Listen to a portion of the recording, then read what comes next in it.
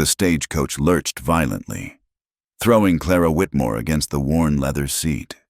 Dust billowed through the cracked windows, coating everything in a fine layer of Montana earth.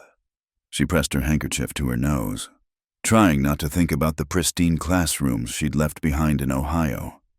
"Dusty Hollow, next stop," the driver hollered from his perch above. Clara smoothed her traveling dress, now a shade darker than when she'd boarded in Miles City. Through the grime-covered window, she caught her first glimpse of what would be her new home. The town sprawled lazily across the prairie like a tired dog. Wooden buildings weathered to the color of old bones. 27 years old and unmarried, a spinster by Ohio standards, Clara had come west not for adventure or husband hunting, but for purpose. The weight of her sister Margaret's death still pressed heavy on her heart. Even after 2 years, Margaret had died of scarlet fever at 19, never learning to read the books she'd so admired. It was that memory, more than anything, that had driven Clara to answer the advertisement for a schoolteacher in this forgotten corner of Montana territory. The stagecoach shuddered to a stop. Clara gathered her 2 carpet bags and her precious trunk of books. Stepping down into the late afternoon heat, the air hung thick and still, broken only by the distant lowing of cattle. "Miss Whitmore." A portly man in a dusty suit approached, mopping his brow. "I'm Mayor Hutchins. Welcome to Dusty Hollow." She shook his damp hand, trying not to wince. "Thank you, Mayor. I'm eager to see the schoolhouse." His face reddened slightly. "Well now, about that, it's a bit outside town. We figured you'd want to get settled at Mrs. Abernathy's boarding house first. School doesn't start for another week." Clara nodded, though disappointment tugged at her. She'd hoped to see where she'd be teaching, to begin planning lessons for children she knew nothing about, except that most had never held a proper book. Mrs. Abernathy's boarding house stood 2 stories tall, the grandest building on Main Street. The widow who ran it eyed Clara with the calculating gaze of someone who'd seen too many Eastern women arrive with grand ideas, only to flee back home after their first winter. "Supper's at 6 sharp," Mrs. Abernathy announced, showing Clara to a small but clean room. "No gentlemen callers after 8, and church on Sundays is expected." Clara unpacked slowly, placing her sister's portrait on the simple dresser. Margaret smiled back at her, frozen in time before the fever took her. "I'll teach them all to read," Clara whispered to the photograph. "I promise." The next morning, Clara couldn't wait any longer. Despite Mrs. Abernathy's warnings about going out alone, she hired a buggy from the livery stable to take her to the schoolhouse. The driver, a grizzled man named Seth, seemed amused by her eagerness. "Ain't much to see, Miss. Just a 1-room building the ranchers threw together. Most young'uns out here work the land soon as they can walk. All the more reason they need education," Clara replied firmly. The road, if the rutted track could be called that, wound through endless grassland. The September sun beat down mercilessly, and Clara began to understand why everyone moved so slowly here. After an hour, Seth pointed to a small structure in the distance. "There's your schoolhouse, Miss." But as they drew closer, the sky began to darken unnaturally. Clara had read about prairie storms, but nothing had prepared her for the wall of dust that rose from the horizon like a living thing. "Dust storm coming," Seth shouted, his casual demeanor vanishing. "We need shelter now." He whipped the horses, but the storm moved faster. Within minutes, day turned to twilight. The wind screamed, driving sand and grit with stinging force. Clara pulled her shawl over her face, but she could barely breathe, the horses neighing in terror. And then, a sharp crack. The buggy tilted sickeningly as a wheel broke. Seth cursed as they ground to a halt. "We're sitting ducks out here," he yelled over the wind. Through the swirling dust, Clara saw a figure on horseback materializing like a ghost. The rider pulled up alongside them, his face covered by a bandana, hat pulled low. "Follow me," The voice was deep, commanding. "Ranch is close." Seth didn't argue. The stranger dismounted and helped Clara onto his horse, his hands steady and sure despite the chaos around them. She found herself pressed against a broad back that smelled of leather and sage, strong arms reaching around her to grip the reins. They rode through the storm for what felt like hours, but was probably minutes. Clara kept her eyes shut tight, trusting this stranger because she had no choice. The horse beneath them moved with surprising calm, as if storms were just another day's work. Finally, blessed stillness. They'd entered some kind of shelter, a barn. From the smell of hay and horses, the stranger dismounted first, then helped her down. His hands lingered at her waist just long enough to ensure she was steady. "You hurt?" he asked, pulling down his bandana. Clara's breath caught. He wasn't handsome in the classical sense. His face was too weathered, his jaw too sharp, but his eyes were the clearest blue she'd ever seen, like winter sky over snow. "No, thank you." She realized she was staring and looked away. "Seth, the driver. He's fine? Took the horses to the stable?" The man studied her with those penetrating eyes. "You're the new schoolmarm." It wasn't a question. Clara straightened, trying to reclaim some dignity despite her disheveled appearance. "Clara Whitmore, and you are Cole Ramsey." He turned away, hanging his hat on a peg. "Storm'll last hours. You'll stay here tonight." The pronouncement rankled her Eastern sensibilities. "I couldn't possibly, unless you fancy walking 10 miles back to town in the dark with wolves and coyotes for company." His tone was matter of fact, not unkind. "The house is through that door. I'll sleep in the bunkhouse with the hands." Clara realized arguing would be both foolish and ungrateful. "Thank you, Mr. Ramsey. You saved our lives." Something flickered in his eyes' surprise. Maybe just being neighborly. He led her through the barn to a connecting door. The house beyond was simple but clean, obviously a bachelor's domain. No curtains softened the windows. No flowers brightened the tables. But the furniture was well made, and everything was in its place. "There's stew on the stove," Cole said. "Pumps in the kitchen for water. Outhouse is behind the barn." He paused at the door. "Lock this behind me." "Aren't you going to eat?" He shook his head. "I'll get something with the men." He studied her again, as if trying to solve a puzzle. What makes an Eastern lady come all the way out here to teach? Clara thought of Margaret, of promises made at a graveside. "Everyone deserves to read, Mr. Ramsey, even Cowboy's children." His jaw tightened almost imperceptibly. Not everyone needs books to make their way in the world. "Perhaps not," Clara conceded. "But shouldn't they have the choice?" He didn't answer, just touched the brim of his hat and disappeared into the gathering darkness. Clara locked the door as instructed, then explored the small house in what must be his bedroom. She noticed something that made her pause, a Bible on the nightstand, covered in dust. When she opened it, the inscription read, "To my son Cole, may you always walk in the light. Love, Mother."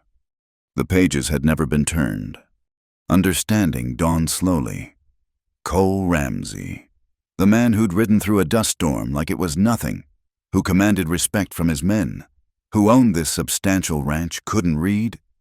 Clara closed the Bible carefully, her teacher's heart already planning.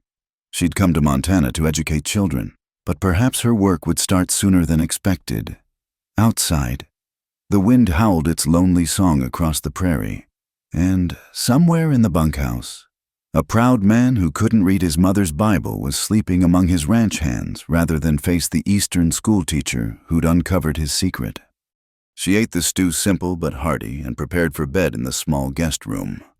Through the window, she could see a light in the bunkhouse.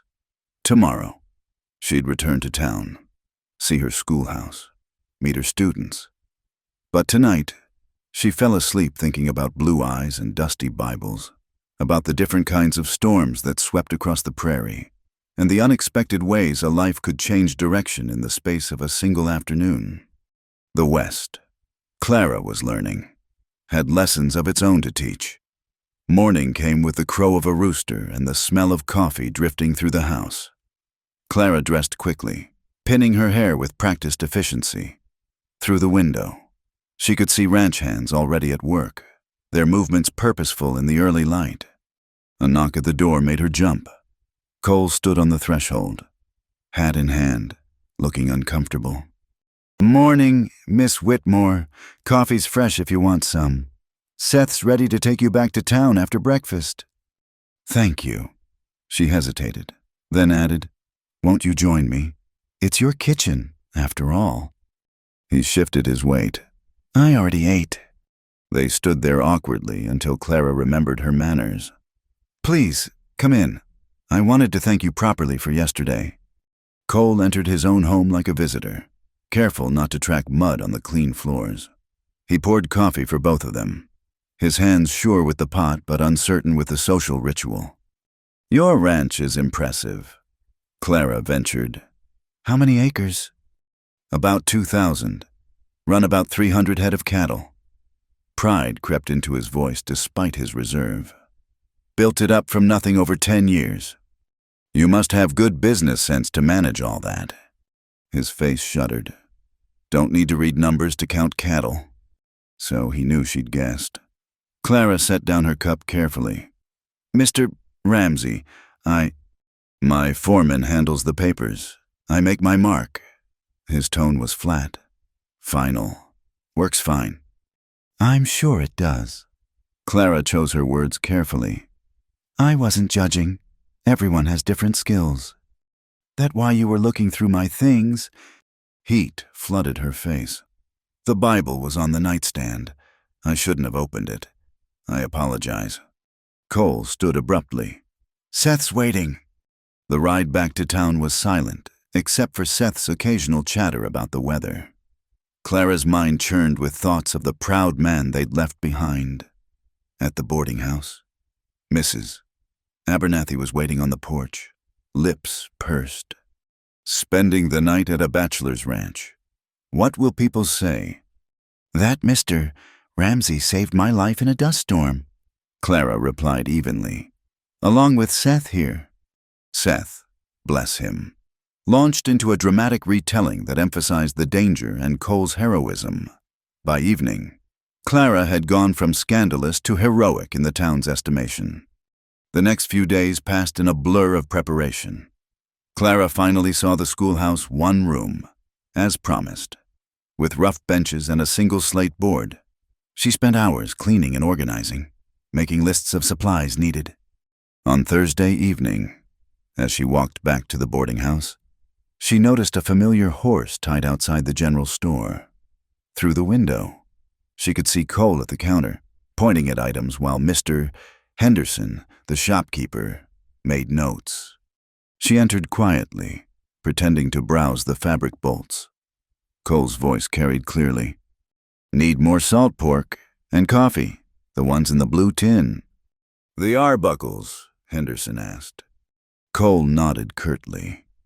Clara noticed how he identified items by color, location, or picture rather than reading labels. Her heart ached for the intelligence forced to work around such a fundamental barrier. Henderson glanced up. "Evening, Miss Whitmore. Finding everything you need for the school." "Yes, thank you." She moved closer to the counter. "Hello, Mr. Ramsey." Cole touched his hat brim but didn't meet her eyes. "Miss, I've been meaning to ask," she said casually. "Would you know which ranching families have school-age children? I want to be sure everyone knows about classes starting Monday." Henderson jumped in helpfully. "The Millers got 3 young'uns. The Sawyers got 2. Course, most can only come when they're not needed for chores." "Any children at the Ramsey Ranch?" Clara asked innocently. "Just my ranch hands," Cole said tersely. "No families." "Some of those boys is young enough for schooling," Henderson observed. "That Jimmy can't be more than 15. Cole's jaw tightened. "They're paid to work cattle, not sit in a schoolhouse." "Of course." Clara kept her tone neutral. But if any of them wanted to learn in the evenings, after work. They're tired after work. Cole collected his purchases. Good evening. He left quickly, spurs ringing against the floor. Henderson shook his head. Don't take it personal. Miss Cole Ramsey's a good man. Helps anyone needs it. Just particular about, well, he's got his own ways. That night, Clara lay awake planning. She'd taught reluctant students before, though usually they were children, not grown men wrapped in pride like armor. Saturday brought an unexpected visitor. Young Jimmy from the Ramsey Ranch appeared at the boarding house, hat clutched in nervous hands. Mr. Cole sent me to town for supplies, he stammered. Wondered if you meant what you said, about evening lessons. Clara's heart leapt. Absolutely. Can you read it all? Jimmy. No, ma'am, none of us can. Mr. Cole. He's good to us, pays fair and all, but he struggled for words. Sometimes I wonder what them newspapers say, or what's in them books I see through windows. Come by the schoolhouse Tuesday evening after supper. Bring anyone else who's interested. Jimmy grinned and scampered off. Clara watched him go, wondering if Cole knew about this visit. Somehow, she doubted it. Monday morning dawned clear and bright. Clara arrived at the schoolhouse early to find several families already gathered. Children of various ages milled about. From tiny Sarah Miller, barely 5, to the strapping Thompson boys who looked like they'd rather be anywhere else. 12 students in all. Clara introduced herself, learned names, and began assessing their skills. Most could scratch out their names. A few could read simple words. None had progressed beyond basic arithmetic. She was writing the alphabet on the board when hoofbeats made her look up. Through the window, she saw Cole sitting on his horse at a distance, watching. When he saw her looking, he wheeled his mount and rode away. The day flew by. Clara had forgotten how exhausting teaching could be, especially with such a wide range of ages and abilities. By afternoon, she'd divided them into 3 groups and was rotating between them when young Tobias Sawyer raised his hand. Miss Whitmore, why do we need to read anyway? Pa says knowing cattle is more important than knowing letters. Before she could answer, shy little Mary Miller piped up. My ma can read. She reads us Bible stories sometimes. Makes the evenings nice. That's exactly right, Mary. Clara said warmly. Reading opens doors. It lets you hear stories from far away, learn about things beyond this prairie. And yes, Tobias, it can help with cattle too. You can read about new breeding methods, better ways to treat sick animals, market prices in newspapers. The boy looked thoughtful. Never thought of it that way. As the children left, Clara noticed fresh wheel tracks near the schoolhouse. Someone had left a box on the step, rough planks suitable for making more benches. No note. But she recognized the craftsmanship from the furniture in Cole's house. Tuesday evening, she waited anxiously at the schoolhouse, just after sunset. Jimmy arrived with 2 other ranch hands, Miguel, an older Mexican man with kind eyes, and Tom, barely older than Jimmy. Thank you for coming, Clara said warmly. We'll start simple. No shame in not knowing, only in not trying to learn. She'd prepared special lessons for adults, focusing on practical literacy. They worked by lamplight, the men's rough fingers struggling with chalk on slate. Miguel was quickest to catch on. Having learned some letters as a child, Tom struggled but persisted. Jimmy approached each letter like he was breaking a wild horse with determination and not a little fear. They were so absorbed that no one heard the door open. Cole stood in the shadows, watching. Clara's heart raced, but she kept teaching calmly. After a moment, he slipped out as quietly as he'd come. When the lesson ended, the men thanked her profusely. Never thought I'd be learning letters, Tom said wonderingly. Wait till I write my mother back in Texas. As they left, Clara began tidying up. She wasn't surprised when Cole appeared in the doorway. They asked to come, she said before he could speak. I didn't recruit them. I know. He entered slowly. Jimmy can't keep a secret to save his life. Are you angry? He was quiet so long she thought he wouldn't answer.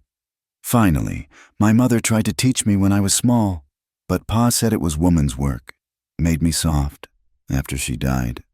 He shrugged. Too late to start. It's never too late. I'm 34 years old.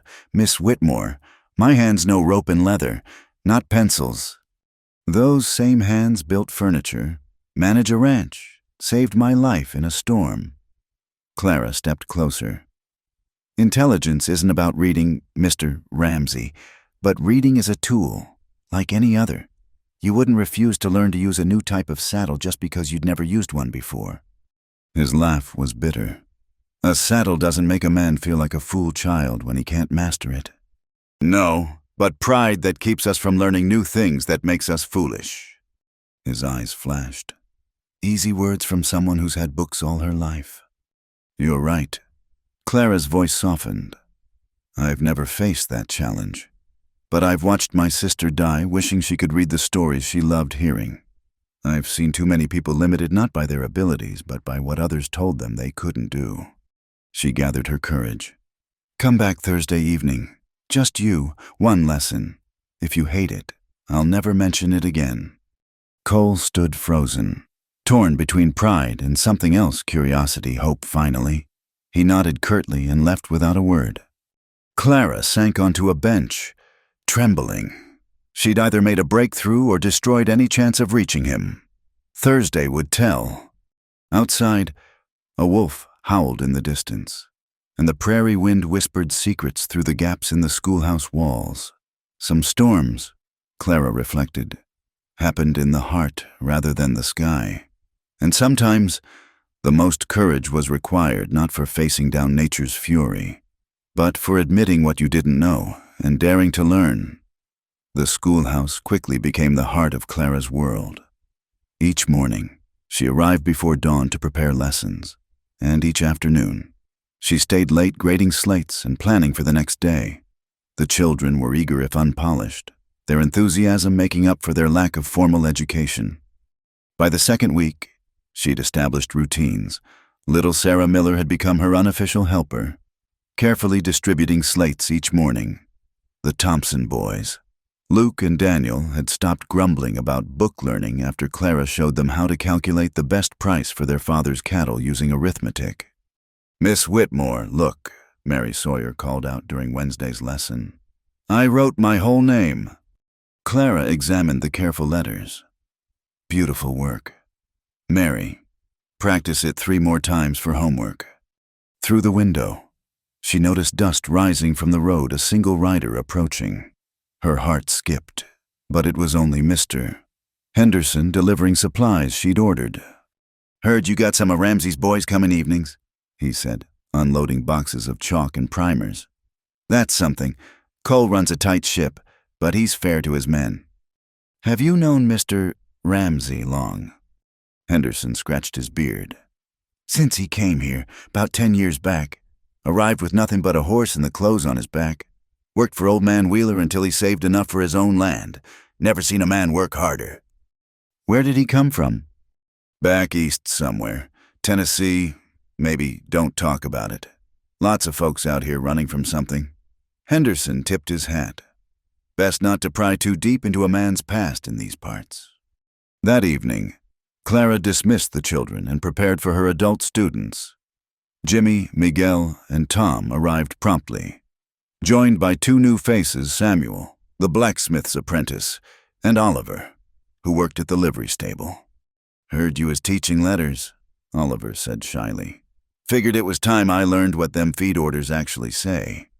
They worked diligently, and Clara was pleased with their progress. Miguel could now write simple words, and Jimmy had mastered half the alphabet. As the lesson ended, she lingered, ostensibly organizing supplies.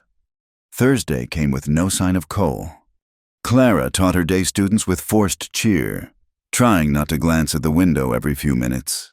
Perhaps she'd pushed too hard. Perhaps his pride wouldn't allow it. As darkness fell, she lit the lamps and waited.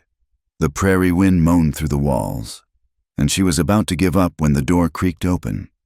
Cole stood there, looking like he might bolt at any moment. "I wasn't sure you'd come," Clara said softly. "Neither was I." He removed his hat, turning it in his hands. "Don't even know why I'm here." "Because you're curious. Because you're tired of depending on others to read for you. Because your mother gave you a Bible you've never been able to read." His jaw tightened. "You always this direct?" "When it matters, yes." She gestured to a bench. "Sit. We'll start simple." For a moment, she thought he'd leave. Then, moving like a man approaching a rattlesnake, he sat down. The bench creaked under his weight. Clara placed a slate before him and handed him chalk. His fingers, so sure with rope and reins, held it awkwardly. "We'll start with your name," she said. "Watch." She wrote Cole in clear letters, explaining each one. C is like a moon curve. O is a circle, like the sun. L is a straight line with a foot. E has 3 horizontal lines. He stared at the letters like they might bite him. "Now you try just the C first." His first attempt was shaky, too angular. The second was better. By the 5th try, he'd produced a recognizable C. "Good," Clara encouraged. "Now the O." They worked for an hour, just on his first name. Cole's frustration was palpable, this man who could rope a calf at full gallop, who managed a vast ranch, struggled with shapes a child could master. "This is foolish," he muttered after his 20th attempt at E. "No, difficult, yes, frustrating, certainly, but not foolish." Clara pointed to his latest effort. "Look, you've improved already. Your E is clearer than it was 10 minutes ago. At this rate, I'll be dead before I can read a word. You didn't learn to ride in a day, did you?" He almost smiled. "No, fell off more times than I can count." "This is the same. Your mind is learning new trails, like breaking a green horse." They continued until Cole could write his first name somewhat clearly. His letters were large and uneven, but they were readable. "That's enough for tonight," Clara said, noting the tension in his shoulders. "Practice this at home, 20 times each morning. The men will see. Then tell them you're learning. Jimmy and the others are. No shame in it." Cole stood, still staring at his name on the slate. "Never thought I'd see my name in letters by my own hand. Next week, we'll add your last name, then simple words cat, hat, man. You really think I can learn?" The vulnerability in his voice nearly broke her heart. "I know you can. You've built a ranch from nothing. Learning to read is just another kind of building." He nodded slowly, then surprised her by carefully tearing the paper with his name from the slate.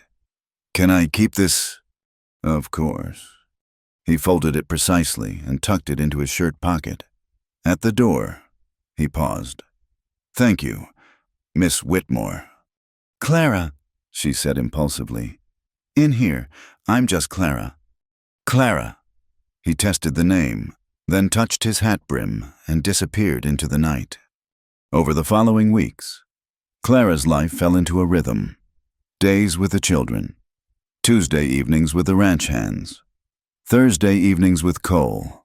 The town began to accept her, though some matrons still whispered about the impropriety of a single woman teaching grown men after dark. Cole never missed a Thursday. He arrived precisely at dusk, worked with fierce concentration, and left with minimal conversation. But slowly, painfully, he progressed. By the 4th week, he could write both names and recognize simple 3-letter words. "Cat," he read haltingly from the primer. "Hat, rat." "Excellent. Now this one." "M-A-N, man." Wonder crept into his voice. "That word means me, a man." "Yes," Clara smiled. "You're reading Cole. You're a man who reads." He stared at the page, blinking rapidly. "My mother would have—" He stopped, cleared his throat. "What's next?" The children, meanwhile, flourished. Even the Thompson boys had become enthusiastic students after Clara incorporated practical examples into every lesson. She taught them to read weather patterns in the Farmer's Almanac, to calculate acreage and cattle weights, to write simple letters. One afternoon, young Tobias stayed after class. "Miss Whitmore, my PA wants to know if you'll come to supper Sunday. Ma's making her special pot roast." Clara accepted gratefully. She'd been lonely, eating most meals at the boarding house with only Mrs. Abernathy's gossip for company. Sunday dinner with the Sawyers was warm and chaotic. 5 children, 2 dogs, and Mr. Sawyer's mother all crowded around the table. The conversation ranged from cattle prices to the new dress Mrs. Sawyer was sewing. "You've worked wonders with our Tobias." "Mrs." Sawyer said, serving Clara another helping of roast. "He actually asked to read the Bible verses last night. He's a bright boy. They all are. They just needed someone to show them the way." Speaking of showing the way, Grandmother Sawyer interjected with a sly smile. "I hear you've been teaching some of the grown men, too, including that hermit Cole Ramsey." Clara's cheeks warmed. "Several men attend evening lessons, yes. About time someone got through to that boy." The old woman continued. "Too much pride by half. Needs a good woman to soften those edges." "Mother, Mrs." Sawyer warned. "What, I'm old. I can say what everyone's thinking." She peered at Clara. "You're not getting any younger either, Missy, and Cole Ramsey's got the finest ranch in the county." Clara changed the subject, but the old woman's words echoed in her mind. She'd been so focused on teaching Cole that she hadn't examined her own feelings. Yes, she looked forward to Thursday evenings more than she should. Yes, her heart raced when he walked through the door. But that was just... What excitement about his progress. That Thursday, Cole arrived with something wrapped in cloth. "Brought you something," he said gruffly, placing it on her desk. Clara unwrapped it carefully, gasping at what she found. A wooden pencil box, beautifully carved with delicate wildflowers along the edges. "You made this..." He shrugged. "Figured you needed something proper for your pencils, not just leaving them loose on the desk." "It's beautiful." She ran her fingers over the smooth wood. "Thank you." Their eyes met and held. Something shifted in the air between them, like the moment before lightning strikes. Then Cole cleared his throat and pulled out his slate. "Should we start with the new words?" They worked as usual, but Clara was acutely aware of his presence, the way lamplight caught in his hair, the concentration furrowing his brow, the careful movement of his large hands forming letters. As the lesson ended, Cole didn't immediately leave. "Clara," he began, then stopped. "Never mind." "What is it?" He stood, hat in hand. This matters. What you're doing. Not just for me, for all of us. Wanted you to know that." Before she could respond, he was gone, leaving only the scent of leather and sage behind. Clara sat in the empty schoolhouse, holding the carved box, wondering if teaching letters was all she was doing or if something else entirely was being written on the slates of their hearts. October arrived with cooler nights and golden days. The prairie grass rippled like a vast ocean, and Clara had settled into the rhythm of Dusty Hollow. Her students progressed steadily, and even the most reluctant families now spoke approvingly of the Eastern schoolmarm who'd proven tougher than expected. Cole's reading had advanced to simple sentences. He arrived each Thursday with completed homework, his letters growing more confident. Tonight, Clara had prepared something special.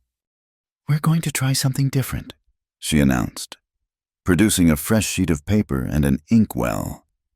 "You're going to write your first complete sentence." Cole eyed the materials warily. Ink seems permanent. "That's the point. You're ready for permanent?" She dipped the pen and demonstrated. The cat sat on the mat. He took the pen awkwardly, his calloused fingers struggling with the delicate instrument. The first attempt left blots and scratches. The second was better. By the third, he'd produced readable words. "Now your own sentence. Write something true." Cole stared at the blank paper for a long moment. Then, slowly, he wrote, "I can read my name." Clara's throat tightened. "Perfect. That's perfect." He set down the pen, flexing his cramped fingers. "Found something this week, in my mother's trunk." From his jacket, he pulled a small, leather-bound journal. Her diary, never knew she kept one. "Have you tried reading it?" "Words are too hard yet, but someday," he touched the cover reverently, "someday I'll know what she thought, what she felt." They sat in comfortable silence, the weight of unspoken promises filling the room. Then Cole cleared his throat. "There's something else. Found this too." He pulled out a creased envelope. "Letter from my brother, from years ago." Clara recognized the pain in his voice. The Danny had mentioned an estranged brother, a rift from after the war. "Would you like me to read it for you?" He shook his head. "Not yet. When I can read it myself, then maybe I'll know what to write back." "You could write back now. I could help." "No." His voice was firm. "If I write to Samuel, it'll be with my own hand, in my own words, not having someone else speak for me anymore." Clara understood. This wasn't just about literacy, it was about reclaiming his voice, his dignity. "Then we'd better keep working," she said gently. "What words would you need to write to your brother?" Cole considered. "Sorry, brother, forgive, hope." Good words, important words. She wrote them carefully. "Let's start with brother." They worked until late, Cole practicing each word with determined precision. As he prepared to leave, Clara made a decision. "Cole, would you like to borrow some easier books to practice at home?" "Don't want to take your teaching books." "These are mine, stories I brought from Ohio." She pulled out well-worn copies of simple readers. They might help. He accepted them carefully, like fragile treasures. "I'll take good care of them." "I know you will." After he left, Clara noticed he'd forgotten his journal. She picked it up, tempted to peek inside, then placed it safely in her desk drawer. Some privacies were sacred. "The next Tuesday." Jimmy burst into the evening class excited. "Mister, Cole's been reading Saw Him with a book at breakfast. Nearly fell off my chair." Miguel smiled. "Es bueno, the boss. He seems lighter, like a weight is lifting." Clara felt a warm glow of satisfaction. "Everyone learns at their own pace. How are your own letters coming?" "Miguel." As the men worked, Clara noticed Tom struggling more than usual. His hands shook slightly, and he kept rubbing his eyes. "Tom, is everything all right?" He flushed. "Eyes ain't what they used to be. Miss gets harder to see when the light's low." Clara made a mental note to bring extra lamps and seat Tom closer to the light. These men faced challenges beyond simple illiteracy age, exhaustion from physical labor, and now vision problems. Thursday arrived with the season's first real cold snap. Clara built up the fire in the schoolhouse stove and waited. Cole arrived with frost on his shoulders and something else, a barely contained excitement. "I read a whole page," he announced without preamble, "from one of your books, about a boy and his dog. Took me 2 hours, but I read it all." "That's wonderful. Which story?" "Jack and Rover. The dog reminded me of one I had as a boy." He pulled out the book, handling it with the same care he'd show a newborn calf. "This part here," he pointed to a passage and read slowly. "The boy knew his dog would always wait for him. That's true about dogs. They wait." Clara watched him trace the words with one finger, his face soft with memory and accomplishment. "You've made incredible progress, Cole, faster than most." "Had a good teacher." He met her eyes, then looked away quickly. "Brought back your mother's journal." "Did you try reading any of it?" "One entry from when I was born." His voice roughened. She wrote, "My beautiful boy arrived today. I pray he grows strong and kind, and that he learns to read the words of love I write for him." Clara blinked back tears. She'd be so proud. Took me 3 days to work out those sentences. Cole laughed shakily. But I did it. I read my mother's words with my own eyes. Would you like to work on writing tonight?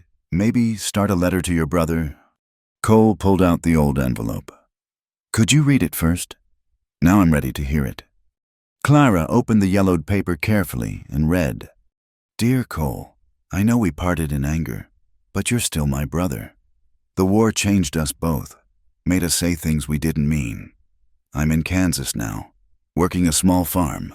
It's not much, but it's honest work. If you ever find it in your heart to forgive the harsh words I spoke, I'd welcome a letter, or better yet, a visit. Your brother, Samuel. Cole sat very still. 5 years. This has been sitting in my drawer for 5 years. It's not too late. I called him a coward for not fighting. He called me a fool for believing in a lost cause. Cole's hands clenched. We were both young and stupid and full of pride. And now I'm older and maybe less stupid. He picked up the pen. Help me write this, Dear Samuel. Clara guided him through each letter. Cole wrote slowly but steadily. Dear Samuel, I am learning to write. This is my first letter. I was wrong. I am sorry. You are my brother. That matters more than old fights. Cole. It was simple, even crude compared to eloquent letters others might write, but every word was Cole's, written by his own hand, carrying the weight of years of silence finally broken. Should I say more? He asked. No, that says everything important. Sometimes simple words carry the most truth. Cole folded the letter carefully. Will you help me address it? Together they wrote out Samuel's address. Cole studied the envelope like a man memorizing a map to treasure. I'll post it tomorrow, he said, then quieter. Thank you. You did this. Cole, you learned. You persevered. You chose to reach out. He stood to leave, then turned back. Clara, there's a dance Saturday night. Harvest celebration. Would you... That is, if you're not otherwise engaged. Are you asking me to the dance, Mr. Ramsey? His ears reddened, but he held her gaze. I am, though I should warn you. I read better than I dance. Then we're well matched. I teach better than I dance. She smiled. I'd be honored. Something shifted in his expression, relief, joy, and perhaps something deeper. I'll call for you at 7. After he left, Clara pressed her hands to her burning cheeks. She'd come to Dusty Hollow to teach, to fulfill a promise to her sister. But somewhere between dusty slates and lamplight lessons, she'd found something she hadn't been looking for. That Sunday, Reverend Morrison read from Corinthians about faith, hope, and love. Clara sat in her usual pew, but her thoughts kept drifting to carved pencil boxes and a man's wonder at reading his own name. Behind her, she heard Mrs. Abernathy whisper to her neighbor about that schoolteacher setting her cap for the Ramsey Ranch. Clara smiled to herself. Let them talk. She'd learned that in the West, as in reading. The most important journeys began with single, careful steps. And sometimes, the best stories were written not with ink on paper, but with courage on the slate of the heart. Tomorrow, Cole would mail his letter. Saturday, they would dance. And somewhere in between, 2 lonely people were writing a story neither had expected one word, one letter, one careful line at a time. Saturday arrived crisp and bright.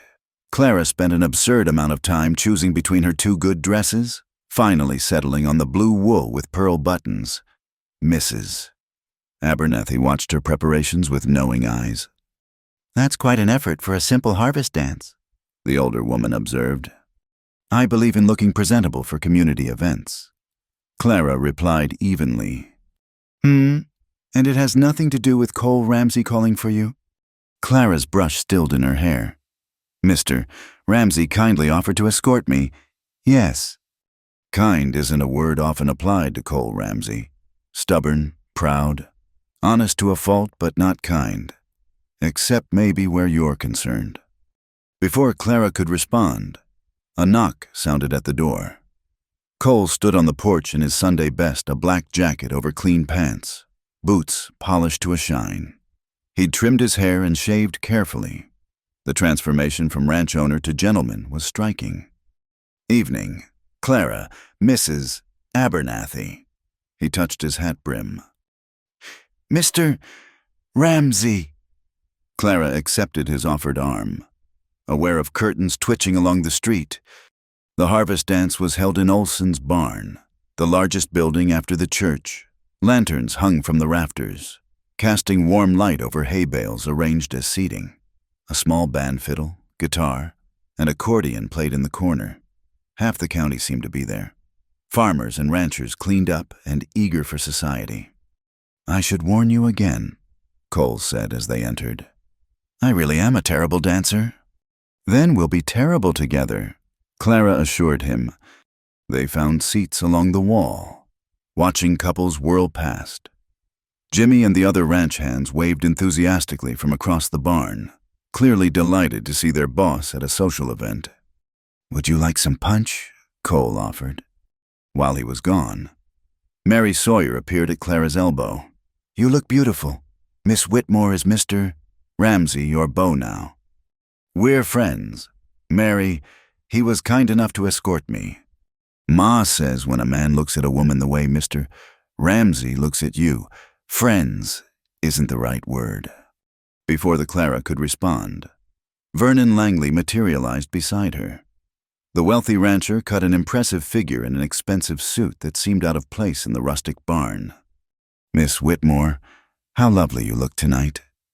His smile didn't reach his eyes. "I'd hoped we might speak." "Mr. Langley," Clara kept her tone polite but cool. "I hear you've been teaching some of the rougher element in evening classes. While your dedication is admirable, surely you realize the futility these men work with their hands for a reason. I've found them to be eager and capable students. Indeed, and Ramsey, I hear he's among your pupils. Quite the project, teaching a grown man his letters like a child." Heat flashed through Clara. "Education is never shameful, Mr. Langley. The only shame is in those who would deny it to others." His face darkened. "You misunderstand me. I merely worry about your reputation. A young woman, alone with rough men after dark." "The lady isn't alone now." Cole's voice was dangerously quiet. He handed Clara her punch, positioning himself slightly between her and Langley. "Ah, Ramsey, enjoying the dance. Oh, wait, I forgot. You'd need to be able to read the dance cards for that." Several people nearby fell silent, sensing tension. Cole's jaw tightened, but before he could respond, Clara stood. "Mr. Ramsey, I believe they're playing a waltz. Shall we dance?" She took his arm and led him onto the floor before either man could protest. Cole looked panicked. "Clara, I can't." "Put your hand here, on my waist. I'll put mine on your shoulder. Now, just follow my lead and move with the music. 1, 2, 3, 1, 2, 3. He was stiff at first, concentrating fiercely, but gradually he relaxed into the rhythm. They weren't graceful, but they moved together, finding their own harmony. "Thank you," he murmured, "for what you said to Langley. No one speaks that way about my students, or my friends." His hand tightened slightly on her waist. "Is that what we are, friends?" Clara met his eyes. "I don't know. What do you think we are?" "I think," he said carefully, "that you've changed everything I thought I knew about myself. I think I look forward to Thursday nights more than anything else in my week. I think—" The music ended. They stood frozen for a moment before other dancers jostled them off the floor. The spell broke, and they returned to their seats. The evening progressed pleasantly after that. Cole introduced Clara to ranchers she hadn't met, and she was pleased to see him hold his own in conversations. When someone mentioned grain prices from the latest newspaper, Cole didn't retreat but asked intelligent questions. As they prepared to leave, Cole helped Clara with her shawl. His hands lingered on her shoulders. "There's a full moon tonight," he said. "Would you mind if we took the long way back? I need to tell you something." They walked slowly through the quiet streets, past the darkened shops and houses. The moon indeed hung bright and full, casting silver light over everything. "I posted the letter," Cole said suddenly, "to Samuel. This morning." "How do you feel?" "Scared? Hopeful? Like I'm standing at the edge of a cliff, not sure if I'll fall or fly." He stopped walking. "That's how I feel about a lot of things lately." "Cole, let me say this while I have the courage." He faced her, moonlight catching the planes of his face. "I've built my whole life on being strong, independent, not needing anyone or anything I couldn't control. Then you came along with your books and your patience and your belief that I could be more than I was." He pulled something from his pocket, a folded paper. "I wrote something else this week, not for practice. For you." Clara unfolded it with trembling fingers. In Cole's careful handwriting. "Clara, you teach me more than letters. You teach me hope. I am not good with words yet, but I am learning. Your friend, Cole." "Oh, Cole!" Tears pricked her eyes. "I know I'm not what you probably imagined. An educated woman like you. You could have anyone. Langley's rich, others have more schooling. But Clara, She silenced him by pressing her fingers to his lips. "Do you remember what you asked me? What I think we are?" He nodded. "I think we're two people finding each other across a divide that seemed impossible to cross. I think every Thursday when you walk through that door, my heart beats faster. I think when you wrote your name for the first time, I wanted to cry with joy, not because you'd learned to write, but because you'd trusted me enough to try." Cole caught her hand, pressed it to his cheek. "I'm not an easy man. Clara, set in my ways, proud, still can't read more than simple words. And I'm a spinster schoolteacher with romantic notions about education and a tendency to push too hard. We're quite a pair. Maybe that's why it works." He drew her closer. "Clara, I need to ask you something, and I need you to be honest. Am I just another student to you? A project?" The vulnerability in his voice nearly undid her. "No, God help me. No, somewhere between teaching you to hold a pencil and watching you read your mother's diary, you became everything." He kissed her then, there in the moonlit street where anyone might see.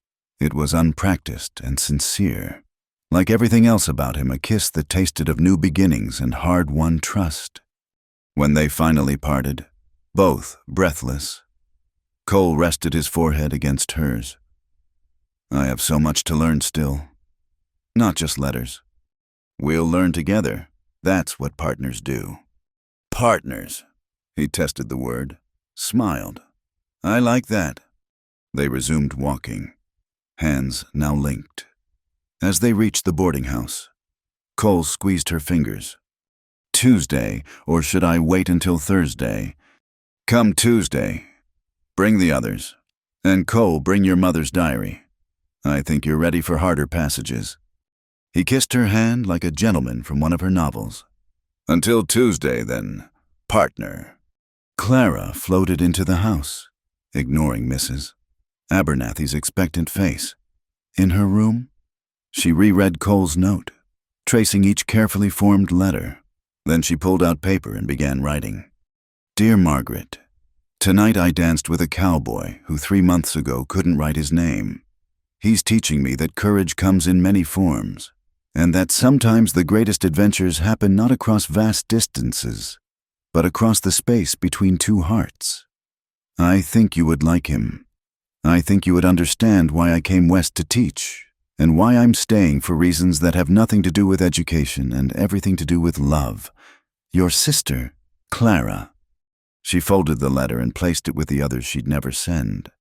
Outside, a coyote called to the moon, and somewhere in the distance, A proud man was probably practicing his letters by lamplight, preparing for Tuesday's lesson.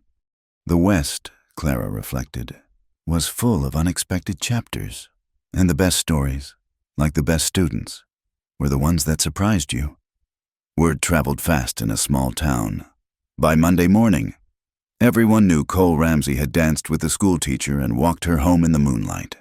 The children were full of whispers and giggles. "Is Mr. Ramsey gonna marry you, Miss Whitmore?" little Sarah Miller asked during arithmetic. "Mr. Ramsey and I are friends. Sarah, now, who can solve this problem?" But the speculation continued. At Henderson's store after school, Clara overheard two ranch wives gossiping. "About time someone thawed that man out," one said. "Been alone too long."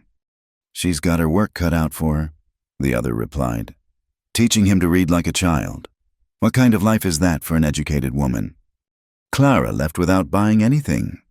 That evening, she found an envelope slipped under the schoolhouse door. Vernon Langley's calling card was inside, with a note. "Miss Whitmore, I apologize for my behavior at the dance. I would like to make amends by offering a substantial donation to the school. Perhaps we could discuss it over dinner. I have a proposition that would benefit everyone. V.L." Clara crumpled the note. She knew what kind of proposition Langley likely had in mind. Tuesday's evening class was subdued. The men sensed something had shifted but were too polite to ask directly. Cole worked quietly on his mother's diary, occasionally asking for help with difficult words. When class ended, he lingered. "Heard Langley's been making trouble," he said without preamble. "Nothing I can't handle." "Clara," his voice was gentle, "you don't have to handle everything alone anymore." She looked up at him, this man who'd learned to write his name at 34, who'd swallowed his pride to sit with boys half his age, who'd kissed her in the moonlight with unpracticed lips and honest heart. "He left a note. Wants to discuss a donation to the school." Cole's face darkened. "Langley doesn't donate without expecting returns." "I know. I won't meet with him." "Good." He paused. "But he's not wrong about the school needing things. Those benches are falling apart. You need more books, proper supplies." "We manage. You deserve better than managing." Cole pulled out a worn ledger. "I've been practicing numbers too. Been thinking, what if some of us ranchers pooled money for the school, not charity investment? These kids are the future of this town." Clara stared at him. "You've been planning this." "Started thinking about it when I saw you sharing your own books, buying chalk with your teaching money." He showed her his figures, carefully written. "If 5 ranches contributed, we could build proper desks, get a library started." "Cole Ramsey, are you becoming a champion of education?" His ears reddened. "Maybe. You're a bad influence." She laughed, then grew serious. "This would anger Langley. He likes being the only benefactor in town." "Let him be angry. Man needs to learn he can't buy everything." Cole closed the ledger. "I'll talk to the other ranchers. You just keep teaching." Thursday brought unexpected rain, turning the roads to mud. Clara worried Cole wouldn't come, but he appeared at the usual time. Boots muddy, but spirits high. "Got a response," he announced, pulling out an envelope. "From Samuel." "Already, that's wonderful. Have you read it?" "Wanted to wait. Read it with you." His hands shook slightly as he opened the letter. His writing's not much better than mine. Together, they worked through Samuel's response. "Brother, your letter near made me fall off my chair. Never thought I'd hear from you. Yes to forgiveness. Yes to being brothers again. Always was. Even when we were fools. Got a wife now. 2 boys. You're an uncle. Would like them to know you. Write again, or better. Come visit. Sam." Cole had to stop twice, his voice catching. When he finished, he sat staring at the paper. "I'm an uncle," he said wonderingly. "I have nephews. Will you visit?" "After spring roundup, maybe. Would you would you come with me? The question hung between them, heavy with implication. A woman didn't travel with a man unless— Ask me again in spring, Clara said softly. He nodded, understanding. They worked on writing a response to Samuel, Cole's letters growing more confident with each word. As the evening wound down, he cleared his throat. There's something else. Been practicing extra. He pulled out a fresh sheet of paper and, without hesitation, wrote, Clara, I used to think words on paper were for other people. Now I know they are bridges. You helped me build a bridge back to my brother. You are helping me build a bridge to my mother's heart through her diary. Most important, you built a bridge to show me I am more than I thought. Thank you, Cole. Clara read it twice, marveling at how far he'd come. Cole, this is beautiful. You're writing in full sentences, expressing complex thoughts. Had a good teacher. He took her hand. Clara, I'm not good at fancy words yet, but I need you to know. What I feel isn't gratitude. It's not about the teaching.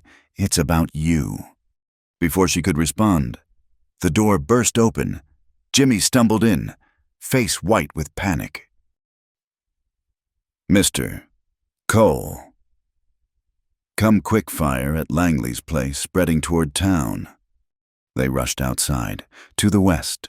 An orange glow lit the horizon. The wind was pushing it east, toward the scattered homes on the town's edge. Get every man you can find. Cole ordered Jimmy. Bring shovels, blankets, anything that can beat out flames. Go. He turned to Clara. Get the women and children to the church. It's brick, safest place if the fire reaches town. What about you? I'm going to try to create a firebreak. He cupped her face briefly. Stay safe. Then he was gone, mounting his horse in one fluid motion and galloping toward the flames. Clara ran for the boarding house, rousing everyone she passed. Within minutes, the church bells were ringing the alarm. The next hours were chaos. Men battled the flames while women organized water brigades and tended injuries. Clara worked alongside Mrs. Sawyer, treating burns and smoke inhalation with whatever supplies they could find. Where's Cole? She asked Jimmy when he staggered in for water. Creating a firebreak with some others, they're plowing under a stretch of grass, trying to stop the spread. Jimmy coughed. Never seen him work so hard, like a man possessed. Dawn was breaking when the exhausted firefighters finally contained the blaze. It had consumed part of Langley's ranch and several outbuildings, but hadn't reached the town proper.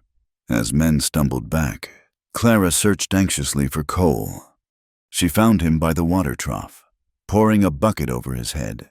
His clothes were singed, his hands blistered, but he was whole. Cole! She ran to him, not caring who saw. He caught her against him, heedless of his sooty state. It's all right. We stopped it. Your hands. I've had worse from ranch work. He winced as she examined the burns, though maybe not all at once. She led him to where medical supplies were laid out, gently cleaning and wrapping his hands. He watched her work with an unreadable expression. What is it? She asked. Just thinking, 6 months ago, I couldn't write my name. Now I'm writing letters to my brother and fighting fires with men who used to pity me. He flexed his bandaged fingers carefully. Everything's different. Is that bad? No, it's miraculous. He lowered his voice. Clara, when I was out there, all I could think was that I needed to stop that fire from reaching you. The school, yes, but mostly you. Vernon Langley chose that moment to appear, his usually immaculate appearance disheveled. Ramsey, heard you organize the fire break. I owe you thanks.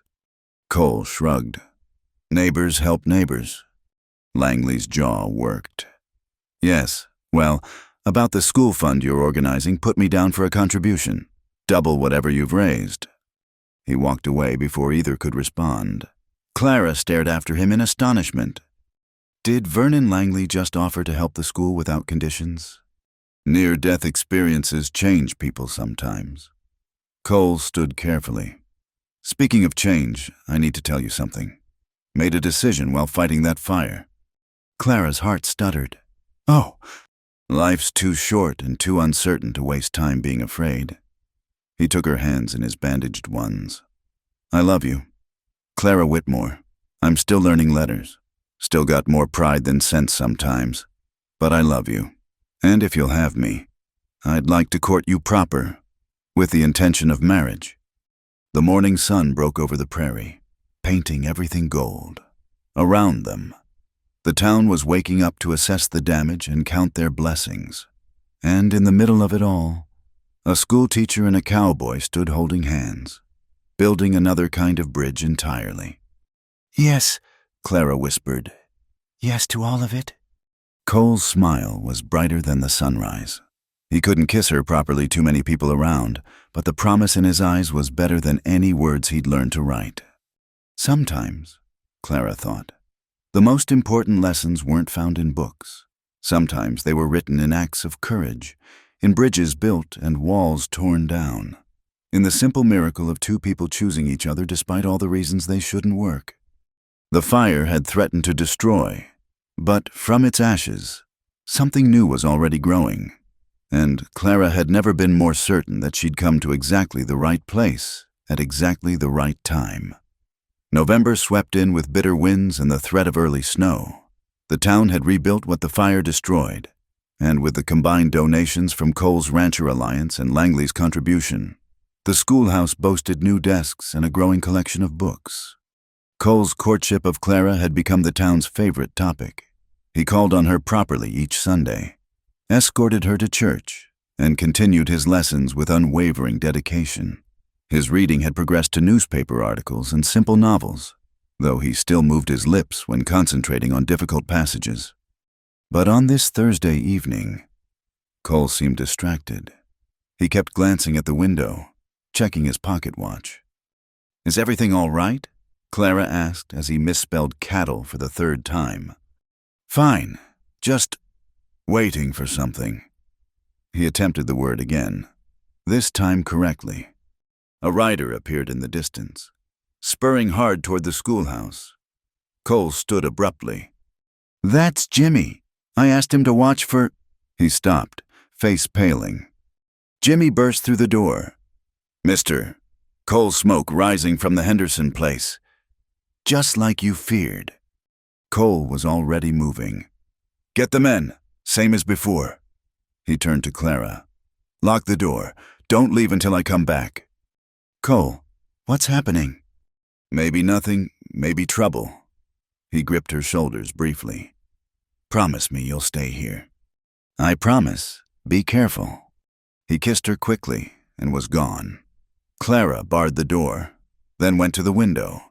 She could see riders heading toward the Henderson ranch, but no glow of fire this time, just smoke. An hour passed, then 2. Clara tried to grade papers but couldn't concentrate. Finally, hoofbeats approached. She recognized Cole's knock and flew to open the door. He stood there with Sheriff Watson and a man she'd never seen before, tall, lean, with Cole's blue eyes but darker hair. Clara, Cole said carefully. This is my brother, Samuel. She stared between them, understanding flooding through her. The fire! It wasn't a fire at all. A signal, Samuel explained, voice rougher than Cole's but with the same measured cadence. Cole sent word that if I came to town, I should have someone make smoke at the Henderson place, safer than riding straight to his ranch, in case I'd changed my mind about seeing him. Cole finished. Or in case there was still bad blood. The brothers stood awkwardly, years of silence between them despite their recent letters. Clara stepped forward. Welcome, Samuel. I'm so pleased to meet you. Please, come in where it's warm. Inside the schoolhouse, the two men sat across from each other like wary dogs. Clara busied herself making coffee on the small stove, giving them space. You look older, Samuel said finally. You look like Pa, Cole replied. God help me then. Samuel's mouth quirked. Your letter. I must have read it 50 times. Couldn't believe you'd learned. Clara taught me. Pride and something deeper colored Cole's voice. We're courting, plan to marry come spring. Samuel studied Clara with those familiar blue eyes. Then I owe you more than thanks. Miss, you gave me my brother back. Cole did that himself. I just showed him the tools. Don't let her fool you, Cole said. She bullied me into learning, then made me believe I could. Sounds like you needed bullying. Samuel reached into his coat. Brought something. Wasn't sure. But maybe now's the time. He pulled out a battered photograph. 2 young men in uniform, one Confederate gray, one Union blue standing stiffly side by side. Remember when we took this? Samuel asked. Day before we each left to join up. Mom made us. Said she wanted to remember her boys together, no matter what happened. Cole took the photograph with shaking hands. Thought you'd burned it. After what I said. Almost did. Sarah, my wife, stopped me. Said I'd regret it. Samuel cleared his throat. I said things too. Cole called you a fool, a traitor to common sense. We were both young and sure we were right. We were both wrong. Cole said quietly, War's no glorious cause. It's mud and blood and boys dying for other men's quarrels. The brothers sat in silence, years of pain and pride dissolving in the lamplight. Finally, Samuel spoke. I've got 2 boys, 8 and 6, named the older one after Pa, but we call him C.J. Coleman, Jr. He paused. The younger one's name is Cole. Cole's coffee cup rattled against the saucer. You named your boy after me after everything? Sarah's idea. Said hate was too heavy to carry forever. That maybe someday. Samuel shrugged. She was right. Usually is. I'd like to meet them, Cole said roughly. And Sarah, if you'll allow it. That's why I'm here. Early winter's setting in back home. Figured if you were coming, best do it before the snows trap us all. Cole looked at Clara. Would you? That is, I know school's in session, but... Actually, Clara said slowly, Thanksgiving break is next week. I could spare a few days. Both men turned to stare at her. You'd come to Kansas? Samuel asked. If I'm welcome, and if it's proper, perhaps Mrs. Sawyer could accompany us as a chaperone. Sarah would love it, Samuel said eagerly. She's been after me to reconcile for years. When your letter came, she cried. Happy tears, he added quickly. They talked late into the night, the brothers slowly finding their way back to each other. Samuel told stories of his boys, his farm, the life he'd built. Cole spoke of the ranch, his plans for expansion, his pride in learning to read. Show me, Samuel said suddenly. You're writing. I want to see. Cole flushed, but pulled out his journal, a new one Clara had given him. He opened to a recent entry and read aloud. November 15th. Cattle prices up. Moved herd to winter pasture. Clara wore her blue dress to church. She is beautiful. I am lucky. You write like you talk, Samuel observed. Straight and true. Still learning fancy words. Fancy words are overrated. Truth matters more. Samuel stood. It's late. Sheriff Watson offered me a cot at the jail. But Cole, I'm glad I came. Glad you wrote. The brothers shook hands. Then, awkwardly, embraced. Clara turned away to give them privacy, pretending to organize already tidy books. After Samuel left, Cole slumped in his chair. I need a drink, or 5. You did wonderfully. I was terrified. He laughed shakily. Easier to face a stampede than your own brother after so many years. Clara moved behind him, resting her hands on his shoulders. But you did it. You wrote to him. You faced him. You're rebuilding what was broken. He caught one of her hands, pressing it to his cheek. None of it would have happened without you. Cole Ramsey, when will you understand I didn't give you courage? I just helped you find the words for what was already in your heart. He stood, turning to face her. Speaking of words in my heart, Clara, I know we said spring, but seeing Sam, thinking how much time we wasted, I don't want to waste any more time. What are you saying? Instead of answering, he pulled out a small box. Inside was a simple gold ring, nothing fancy, but Clara had never seen anything more beautiful. It was my mother's, Cole said. Been saving it for when I found someone who could teach me what love meant. He dropped to one knee right there in the schoolhouse. Clara Whitmore, you taught me to read, to write, to hope. You brought my brother back to me. You made me believe I was worth more than the limits I set for myself. Will you marry me not in spring, but soon, before Christmas? Clara's hands flew to her mouth. Through tears, she saw this man who'd traveled so far from that first night when he'd stood in her doorway, ashamed of what he couldn't do. Now he knelt before her, having found his voice in more ways than one. Yes, she whispered, then louder. Yes, but Cole, Christmas is only a month away. Then we'd better start planning. He slipped the ring onto her finger, then rose to kiss her properly. I want to go to Kansas as your husband. Want Sam's boys to meet their Aunt Clara. Aunt Clara, she repeated wonderingly. I like the sound of that. And later, Cole's eyes held promises. Later, maybe cousins for them to play with. She blushed, but met his gaze steadily. I'd like that too. They stood in the schoolhouse where so much had begun, where chalk and slate had opened doors neither expected.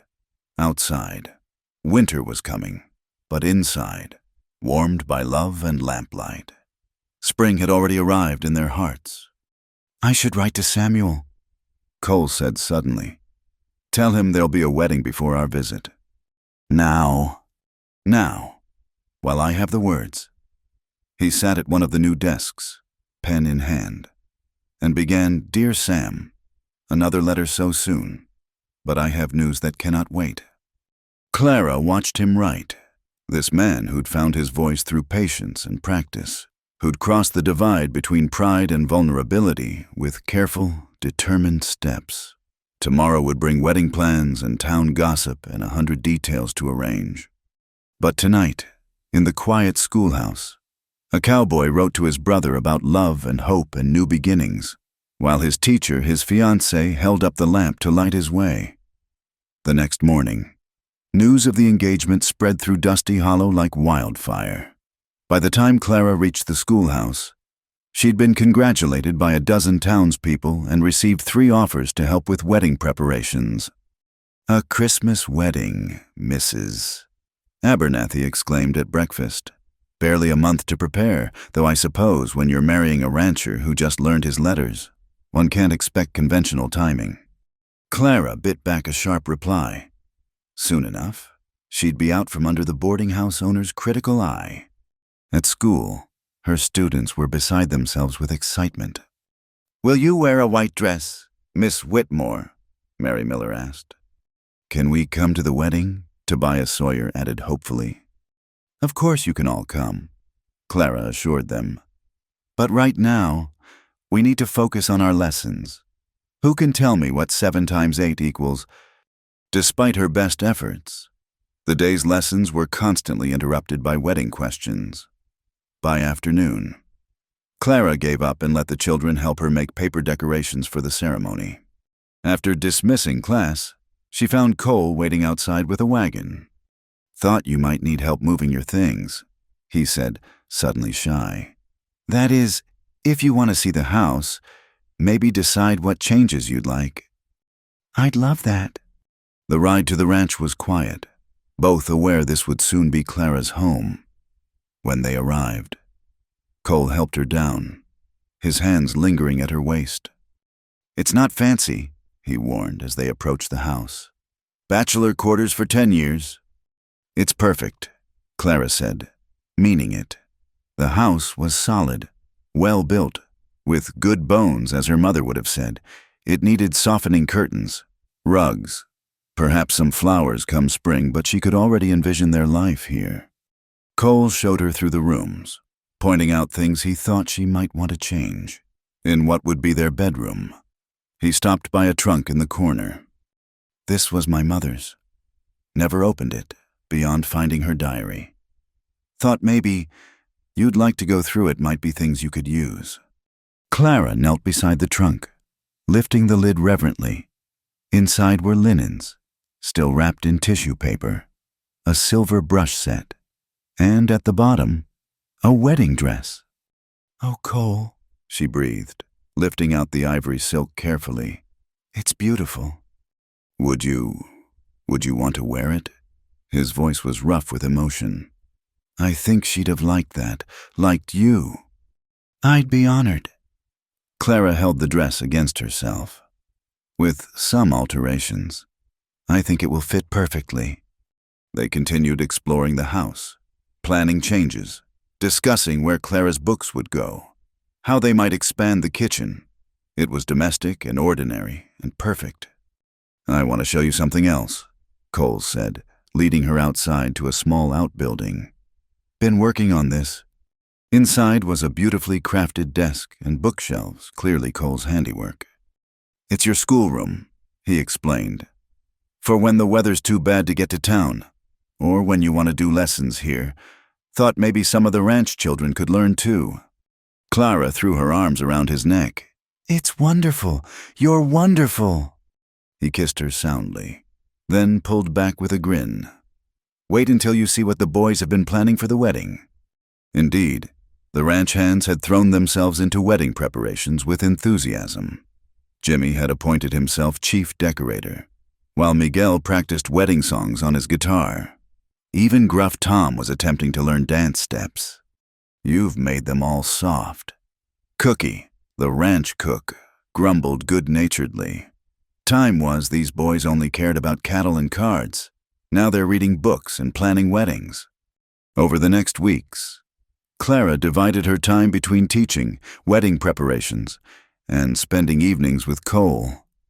He continued his lessons, determined to be able to read the marriage vows rather than just repeat them. Samuel sent a telegram. "Sarah says bring wedding clothes. Stop insists on celebration. Stop boys practicing Uncle Cole over and over. Stop." Mrs. Sawyer, who'd agreed to chaperone their Kansas trip, threw herself into helping with the wedding dress alterations. "This silk is still perfect," she marveled. "Your mother-in-law had excellent taste." Cole, Vernon Langley, to everyone's surprise, offered his ranch's large barn for the reception. "Bigger than Olson's," he said gruffly, "and I owe you for the fire." Even Reverend Morrison got into the spirit, suggesting they incorporate a blessing for the school and its mission into the ceremony. 3 days before the wedding, Clara was teaching when she noticed Cole's horse outside. Strange he never came during school hours. She found him at the back of the room, holding a letter with shaking hands. "Class, please continue with your reading," she said calmly, moving to him. "What is it?" He handed her the letter wordlessly. It was from a lawyer in Tennessee. "Dear Mr. Ramsey, I regret to inform you that your father, Thomas Ramsey, passed away last month. As his only surviving relative in our records, you inherit the family property. Please advise if you wish to claim or sell the estate." "I didn't even know he was still alive," Cole said numbly. "Haven't heard from him in 15 years, since before I came west." Clara guided him outside, away from curious young eyes. "I'm so sorry." "I'm not sure I am." His laugh was bitter. "Is that terrible? He was not a kind man. Clara, part of why Sam and I could never reconcile, we both carried his anger in us." "What will you do about the property?" Cole stared at the letter. "I don't know. I don't want it. Too many bad memories. But," he paused, "maybe Sam's boys could use it someday. Education fund or something. Turn something painful into something good." "That's a beautiful thought." He crumpled the letter. "I won't let this shadow our wedding. He took enough from me when he was alive." Clara took his hands. "Then we won't let it. We'll build our own family, our own traditions, ones based on love, not anger." That evening, Cole asked Clara to help him write a letter to the Tennessee lawyer, instructing him to sell the property and establish an education fund. His handwriting was steady as he signed his name Thomas Coleman Ramsey, Jr., in full for the first time. "There," he said, "the last tie to that old life. Gone." The morning of December 20th dawned clear and cold. Clara woke in her room at the boarding house for the last time, heart racing with anticipation. Mrs. Abernathy, sentimental beneath her stern exterior, helped her into Cole's mother's wedding dress. "You look beautiful," Mary Sawyer said, having arrived early to help. "Like a princess from the fairy stories." "Better," Mrs. Sawyer corrected. "Like a woman in love." The church was packed. It seemed the entire county had come to see Cole Ramsey marry his schoolteacher. Jimmy and the ranch hands had decorated with pine boughs and ribbon, and Miguel's guitar provided soft music. As Clara walked down the aisle on Mayor Hutchins' arm, he'd insisted on the honor, claiming it was his advertisement that brought her to town. Cole waited at the altar, resplendent in a new black suit, Samuel beside him as best man. When he saw Clara, his face transformed with wonder. The ceremony was simple but moving. When it came time for vows, Cole pulled out a carefully folded paper. "I wrote this myself," he announced to the congregation, who murmured appreciatively. Then, in a clear, steady voice, he read, "Clara, you taught me that words have power, so here are mine. I promise to love you, protect you, and cherish you. I promise to keep learning, keep growing, and never stop trying to be the man you see in me. I promise to build a life with you filled with books and laughter and children who will know their worth. You gave me words. Now I give you my life." There wasn't a dry eye in the church. Clara, through her tears, spoke her own vows about partnership and patience, about building bridges and writing new stories together. "I now pronounce you husband and wife." Reverend Morrison declared, "Cole, you may kiss your bride." The kiss was tender, full of promise, and perhaps a bit longer than strictly proper. The congregation erupted in cheers. The reception at Langley's barn was a joyous affair. Cowboys who'd never danced attempted waltzes. Children ran between the tables. Samuel gave a toast that had everyone alternately laughing and crying. "My brother and I lost years to pride and stubbornness," he said, "but Clara gave us back our family.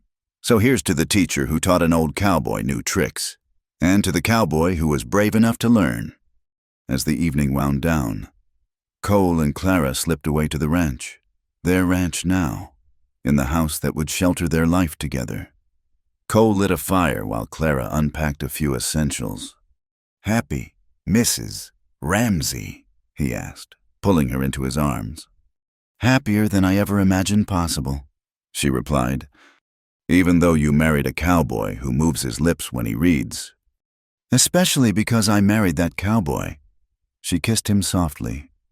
"Though I have one request for our wedding night." "Anything." She pulled out a book, one of her favorites from Ohio. "Read to me, I love hearing your voice." So on their wedding night, in the home they would fill with love and children and learning, Cole Ramsey read aloud to his bride. His voice was careful, but growing confident, stumbling occasionally over difficult words but pressing on. It was, Clara thought as she listened, the most beautiful sound in the world, the voice of a man who'd found his words, reading a story that was really just beginning. Outside, snow began to fall, blanketing the prairie in white. But inside, by firelight and lovelight, two people who'd found each other across an impossible divide settled in to write the next chapter of their lives together.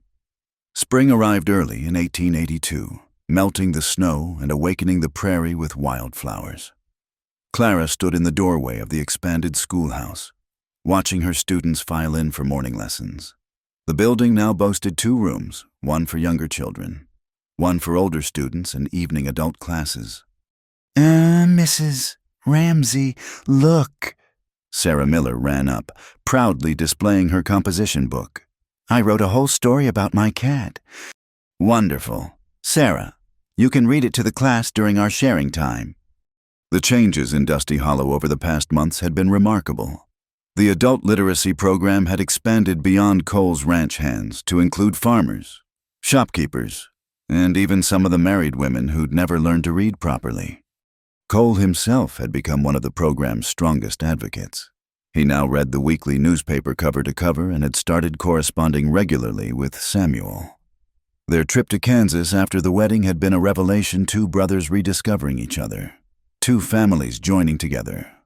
"Morning, Mrs. Ramsey." Miguel tipped his hat as he delivered fresh firewood. His English had improved dramatically, and he now helped teach newly arrived Mexican workers their letters in both languages. After the morning lessons, Clara walked to Henderson's store to pick up a special delivery. The package from Ohio contained new readers and arithmetic books, funded by the education trust Cole had established from his father's estate. "Got a letter for you, too," Henderson said, handing her an envelope. "From that fancy teaching college back east." Clara opened it quickly, her face lighting up. The State Teachers College had accepted her proposal to document her rural education methods. They wanted her to write a guide for other frontier teachers. She hurried home to share the news with Cole, finding him in the barn, working on something at his makeshift desk, a common sight now. "What are you writing?" she asked, kissing his cheek. He turned the paper so she could see. In his increasingly confident hand, he'd written, "Ranch Journal, April 15th, 1882. Cattle count 347, head new calves, 28 expenses this month, detailed list, notes, good grass coming in. Time to think about expanding the herd." Clara suggested trying the new breeding methods from the Farmer's Journal. Worth investigating. "You're keeping written records," Clara exclaimed. Figured it was time. Can't rely on memory forever. He pulled her onto his lap. "Besides, I want our children to be able to read about how we built this place." "Our children," Clara repeated softly, hand moving to her still flat stomach. They'd only just discovered she was expecting, planning to announce it after she was further along. "How was school?" Cole asked, not noticing her gesture. "Wonderful. Oh, and I got news from the Teachers College." She showed him the letter. Cole read it carefully. He no longer needed to move his lips, unless very tired. "They want you to write a book. A teaching guide. About our methods here. How we've succeeded with adult learners. The community approach." "That's... Clara. That's amazing." He spun her around. "My wife, the author, though I'm not surprised. What you've done here is special." That evening, their regular adult class was particularly full. Word had spread about the evening lessons, and new faces appeared regularly. Tonight, Clara noticed a familiar figure in the back. Vernon Langley. "After class," he approached hesitantly. "Mrs. Ramsey, I wondered, that is, I've been thinking—" "You'd like to improve your reading, Mr. Langley." Clara kept her voice neutral. He flushed. "I can read, some, but not well. Bad enough that I've been having my foreman read contracts to me, and lately I've wondered what I've been missing." "We'd be happy to have you join us. We have students at all levels." Langley nodded stiffly and left quickly, but Clara knew he'd be back. Pride. She'd learned. Could be overcome by the desire to learn. Later that week, Clara organized the first reading circle at the ranch, a social evening where people could practice their new skills in a relaxed setting. The main room was crowded with neighbors, ranch hands, and townspeople, all clutching books or newspapers. Tobias Sawyer stood nervously to read from the Farmer's Almanac about crop rotation. His father beamed with pride.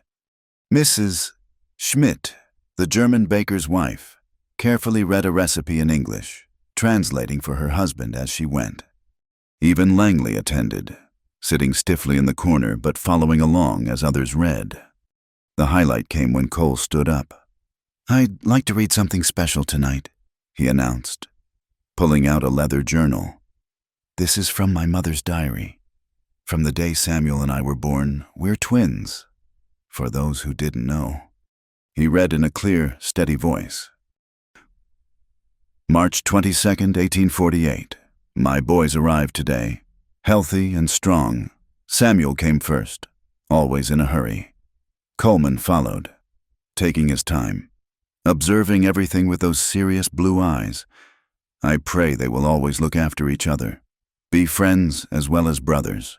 I pray they will grow up educated and kind, men of words as well as deeds. My beautiful boys, my heart is so full. Cole's voice didn't waver, though his eyes were bright. Took us a while, Ma, but we got there. The room was silent for a moment, then burst into warm applause. Clara wiped her eyes, so proud she could burst. As the evening wound down, Sheriff Watson approached. Mrs. Ramsey, I've been thinking, what about starting a library, a real one, for the town? We could use part of the jail. I've got empty rooms. That's a wonderful idea, Clara said. We could organize book donations, maybe have reading hours for children, and I could help build shelves. Cole added, get some of the other ranchers involved. By the end of the evening, they'd formed a library committee and planned a book drive. Clara marveled at how far they'd all come from that first night when Cole could barely hold a pencil. The next month brought a special visitor. Samuel arrived with his family for an extended stay. His boys, CJ and little Cole, immediately attached themselves to their uncle. Uncle Cole, will you teach us to rope cattle? CJ asked. Will you read us stories like Pa does? Little Cole added. I'll do both, Cole promised, ruffling their hair, watching the brothers together.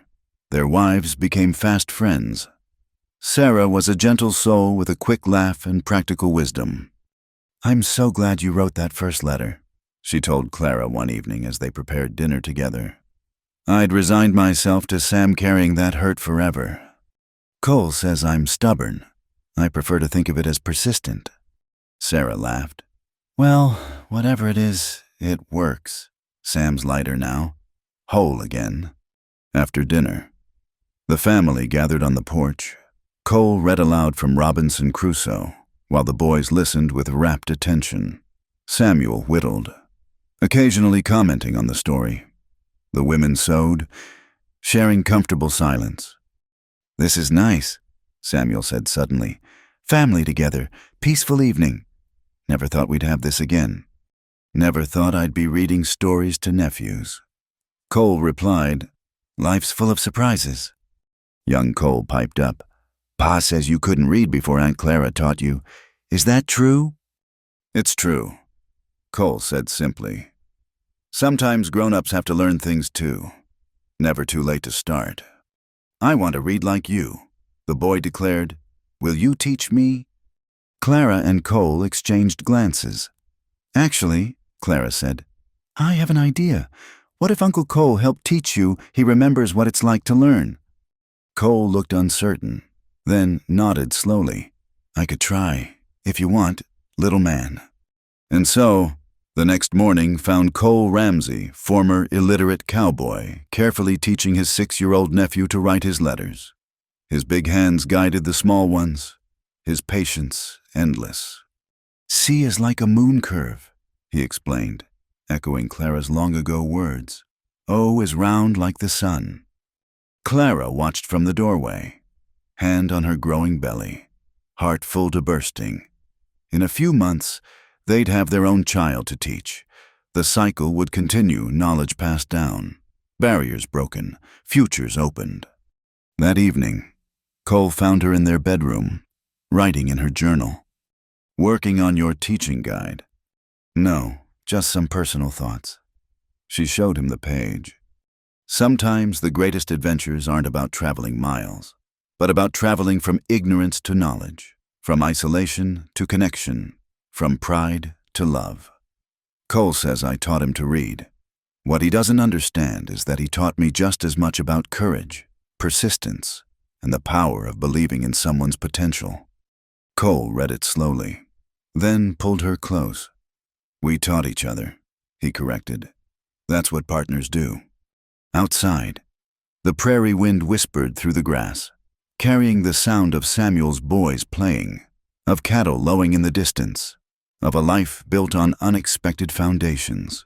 The schoolhouse that had brought them together stood ready for tomorrow's lessons, and the ranch house sheltered dreams that neither could have imagined when a dust storm first drove them together. In the margin of her journal, Clara added one more line. The best teachers are those who never stop learning. The best students are those who never stop wondering. And the best love stories are those written one careful letter at a time.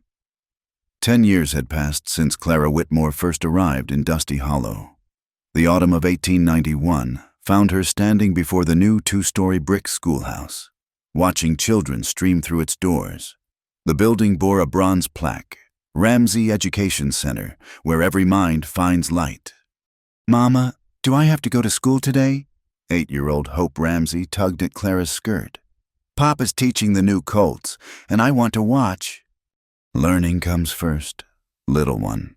You can help Papa after your lessons." Clara smoothed her daughter's dark hair, so like Cole's. "I'll go, Mama," 6-year-old Samuel declared proudly. "I'm going to read better than anyone, even better than Papa." Clara smiled at her son's determination. Both children had inherited their parents' strong will, though in different ways. Hope was all motion and questions, while Samuel was thoughtful and steady. Inside the schoolhouse, Clara now supervised 3 teachers. The town had grown, the railroad bringing new families seeking opportunity. What had begun as a one-room schoolhouse now served over 60 students, with adult classes in the evening still drawing strong attendance. "Good morning, Mrs. Ramsey." Emma Patterson, one of the new teachers, greeted her. "Mr." Langley dropped off more books for the library.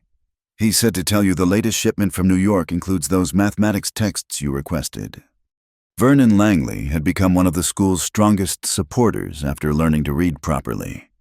His transformation from skeptic to advocate still amazed Clara. At noon, Clara walked home to find Cole at the kitchen table, carefully writing in a ledger. His transformation over the decade was remarkable, from a man who couldn't read his name to one who now served on the school board and kept detailed ranch records. "Letter from Samuel," he said, looking up with a smile. "CJ's been accepted to that college in Kansas City. Wants to be a doctor." How wonderful, and little Cole. Following his uncle's footsteps, Sam says he's determined to have the biggest ranch in Kansas. Cole pulled Clara onto his lap. Speaking of following footsteps, Jimmy stopped by.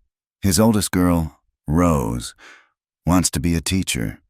Wonders if you might take her as an assistant next year. Jimmy's daughter, a teacher? Clara marveled. Remember when he could barely write his name?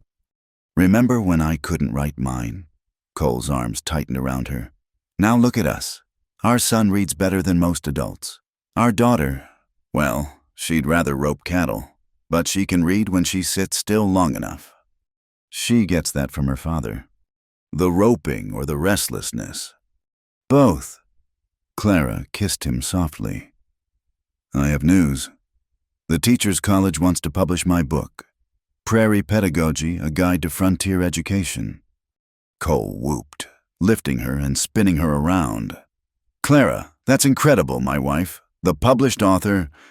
Our methods, Cole. Our success. You're in every chapter the rancher who proved it's never too late to learn.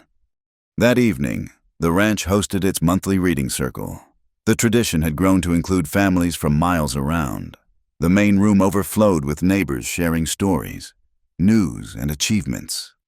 Miguel stood to read a letter from his son, who now attended school in Santa Fe.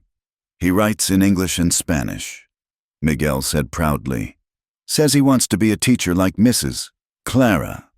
Tom, whose eyesight had worsened with age, sat near the lamp while his granddaughter read to him from The Adventures of Tom Sawyer, a fitting choice that made everyone smile. The highlight came when Cole stood up, holding a worn leather journal. Most of you know this is my mother's diary.